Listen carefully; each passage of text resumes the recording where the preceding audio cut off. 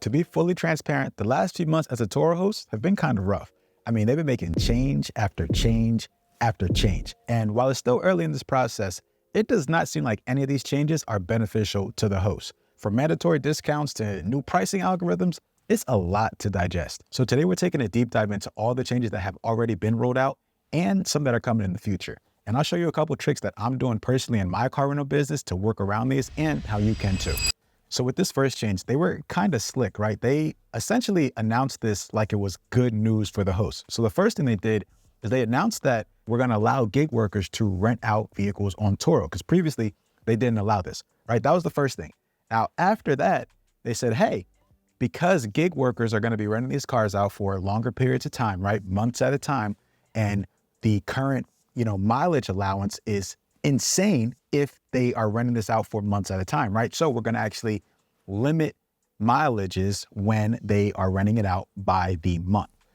And then the last thing they did was add in that with these mileage limits, there's actually going to come steep discounts. What? Not only just steep discounts, but these discounts are like mandatory. Now, these discounts are crazy. Let me show you the exact numbers. If you want to limit your miles to 2,400 a month, look, they're recommending you do 55% for 1 month, 60 for 2 months, and 65% for 3 months, right? That's their recommendations. But peep this column right here.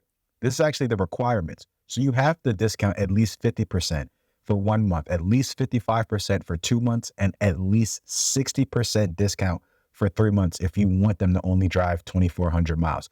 Now they have similar things for 1,800 miles where you have your minimums right here, 55, 60, and 65, depending on if it's 1, 2, or 3 months. And then 1,200 miles, y'all. This is wild, right? 1,200 miles, y'all. The minimum your vehicle has to be discounted is 60%. From my experience on apps like HireCar, where it's mostly all gig workers, even when we get these longer term trips like months, 2, 3, 4, a year at a time, usually these gig workers are extending like by the day or by the week. And because of that, I don't think that this whole mileage protection thing is going to warrant the discount. So what I'm doing in this particular situation with my business is I'm just opting out. And if somebody chooses to rent it by the month, hey, great, you have a lot of miles to go ahead and, make money with the car. Now, a funny thing happened with one of my vehicles actually is even though I chose to opt out, I was on a coaching call and I was showing people, hey, this is how you opt out of the automatic discounts. And when I showed people on my actual Turo profile, I left one of my cars actually on. I left it opted in. And as soon as I did that, literally like overnight, the next morning, my car actually got booked out by the month, right? It got booked out for an entire month. It's still out right now. But the earnings were extremely low. Now, yes, I don't have any turnover during this time and things like that, but like the ROI is simply not there, especially for a vehicle that has a note on it. So that was kind of just proof of concept for me that, hey, even with people renting it by the month, that huge discount that they are making mandatory right now is simply just not worth the squeeze. Now, this next change, the verdict is still out whether this one's good or bad. Now, with the old calendar, how it used to work is you could see your utilization, you could see your previous price point, you could see all of that in a simple calendar type of format, and you can see the past data, and you can also see any future data, and you can see this on a per car basis. Now, with the new calendar that they just rolled out, instead of that, calendar view, now you see everything in more of like a list type of view. Now, that could be good in some cases and that can be bad in some other cases. Now, on the good side, if you're someone who you have a lot of vehicles in your fleet, now with this new calendar, you can make changes to your overall fleet at the same time. So what I mean by that is you can go by, hey, I want to change the price of all of my vehicles or, just these vehicles. You can select which vehicles you want to work with. I don't want to change them by a certain percentage, or I want to change them by a certain dollar amount for my entire fleet. Or on the other case, if you want to make everything unavailable, right? You're going out of town, something's going on, and you want to make your entire fleet unavailable for a specific amount of time. Instead of having to go and do that on a per vehicle basis, now you can just do it for your entire fleet or for a certain amount of vehicles. This is pretty beneficial. But on the flip side, and I think this has to do with the next change a little bit, now it's not easy, or it's actually impossible to go back and look at, hey, what was my previous utilization during this particular time period? Hey, what was I pricing my vehicles at this particular time period? You can no longer go back and see that. And I think there's a sneaky reason for that. So look, we're all on Turo for the same reason, right? To make a profit. Now they're messing with host money directly with this new dynamic pricing algorithm. Now, their previous pricing algorithm simply worked in a way where you set your highest rate and then you set your lowest rate. And then the algorithm, depending on, hey, is it the weekend? Is it a holiday? It would decide where to be at within your price range, right? But you set the price range. Now, with this new dynamic pricing algorithm, they are actually giving you the price, right? They're giving you the price. They're saying that it's based off of data for similar vehicles in your area, what they're priced at, what they're getting booked at, what they're the most likely to get booked at. And that's how they're going to price the vehicles. Now, how it's been in my experience is what they're suggesting for the vehicles is really varying, right? But I've had some vehicles where they were like, hey, your pricing was spot on. And then I've had some vehicles where like, hey, your pricing actually needs to get cut in half. And the scary thing about this particular change that's happening right now is the fact that it's happening for everyone. This is the calendar for my Tesla Model Y that's going out this weekend. Now, watch when even though it's going out this weekend, if I was to select Monday, right, and then actually press the button right down here for dynamic. When I press the dynamic pricing, let me see. You see what it prices it down to? $58.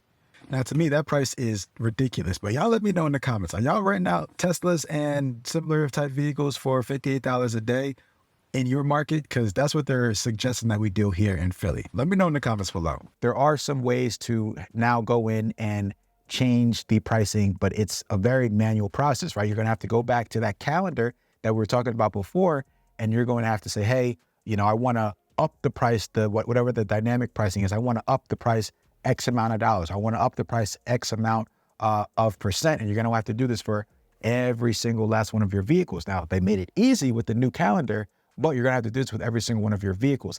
Now, the thing that I really don't like about this new change is that now, if I want to go back and I want to say, hey, I want to actually just go back to, what my previous pricing was, or I want to see what was I priced at for this particular holiday or for this particular weekend, in the new calendar, you can no longer go back and actually see what your pricing was. Now, this newest change has just about every single host upset. I mean, if you log into the Facebook groups, you will see somebody every single day complaining about these new updates to the All-Star and Power Host programs.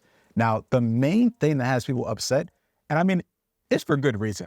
I'm not gonna lie here. The biggest change to these programs is the fact that now, out of all of your trips, at least 85% of them have to be rated 5 stars just to qualify for any of these programs. Now, to put that into perspective, this isn't saying, hey, when somebody rates your trip, 85% of the people have to rate the trip 5 stars. It's saying that out of all of your trips, even the people that don't rate your trips, you need to have 85% rated 5 stars. So this means now you need to be hounding people to actually get ratings, because if as a Turo host, then not everybody rates their trips, right? Point blank period. Not everybody rates their trips, no matter how much you ask them, follow up. Some people, they rent a vehicle, they return the vehicle, and they might delete the app altogether afterwards. I don't know what happens, but the fact that Turo is now blatantly penalizing hosts for a result that is a result of the guest. I mean, somebody can have a great trip and just not leave a rating, and it actually counts against your metrics. Now, a lot of hosts are sounding the alarm on this because, I mean, the All-Star host, the Power Host programs, these are things that offer you enhanced actually ranking in the algorithm when people are looking in your area, all the way up to actually having personalized customer service, which if you're a host, customer service is extremely important. A lot of hosts are actually going to lose this benefit because of the fact that they just simply don't have 85% of all of their trips 5-star rated as a result of some people just not leaving a rating at all. And this comes with a lot of conspiracy theories. I've heard people in the Facebook group saying that Turo actually just laid off a bunch of their Power Host representatives allegedly, right, a bunch of their Powerhost representatives to say that, hey, when these new updates come into play, there's actually going to be a lot less Powerhost. There's going to be a lot less Powerhost. There's going to be a lot less All-Star hosts, because now people are disqualified, not based off of any of their actions, but really just based off the actions of the guests. Now, what I'm doing with this is setting automatic messages to follow up and to be asking for that rating. Now, in my previous sequence, I had one message that asked for the rating, but now what I'm doing is I'm setting at least 3 follow-ups after the trip is done to ask for that rating, right? To follow up to say, hey, hope your trip was great. Hey, this really helps me out in the marketplace if you can just leave me a rating, right? This is, again, it's a peer-to-peer business. So what I'm doing here is humanizing my business. I'm actually reaching out, again, I'm not doing anything. This is all automatic, but in these messages, I'm being human, right? I'm saying, hey, this will really help my business out. If you could just leave me a rating, I would really appreciate it. Leave me a 5-star rating. I would really appreciate it. Now, that has seemed to make sure that, hey, people are actually receiving those messages and they are coming back and they are leaving ratings at a higher rate. But all the previous trips, I don't know, like this could actually negatively affect my business, because out of all those previous trips, yes, we'll start doing it moving forward, but that doesn't change all the previous trips that are still left unrated. So we'll have to see how this plays out, but that's definitely a best practice. So they also announced some changes that are going to be rolling out in the near future. And to be honest, these ones, this is good. This is good. All right. So recently, Uber car share actually closed down operations altogether.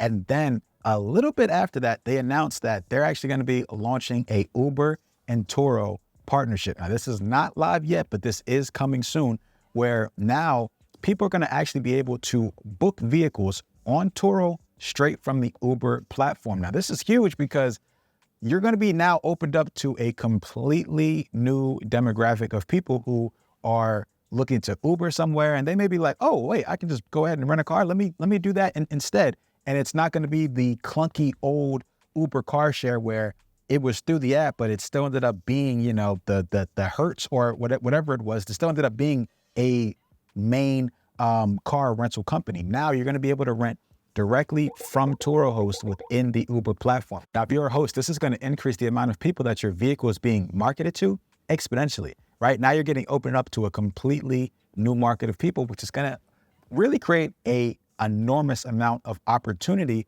for these vehicles. So all in all, with these changes that are happening, there are some that are going to be definitely seen as a negative. But I think if you just simply navigate the waters still, right, go into the calendar, do your manual price adjustments to make sure you're getting booked at the price that you want to get booked at, you can still come out and still be profitable. And I think it's still worth having a few vehicles on this platform moving forward, especially with that Uber partnership that's going to be coming in the future. But here's the truth. None of this matters if you're not already profitable on this app. So in this video, I'm going to show you the secrets of the top 1% of Turo hosts and how you can implement their exact strategies in your business too.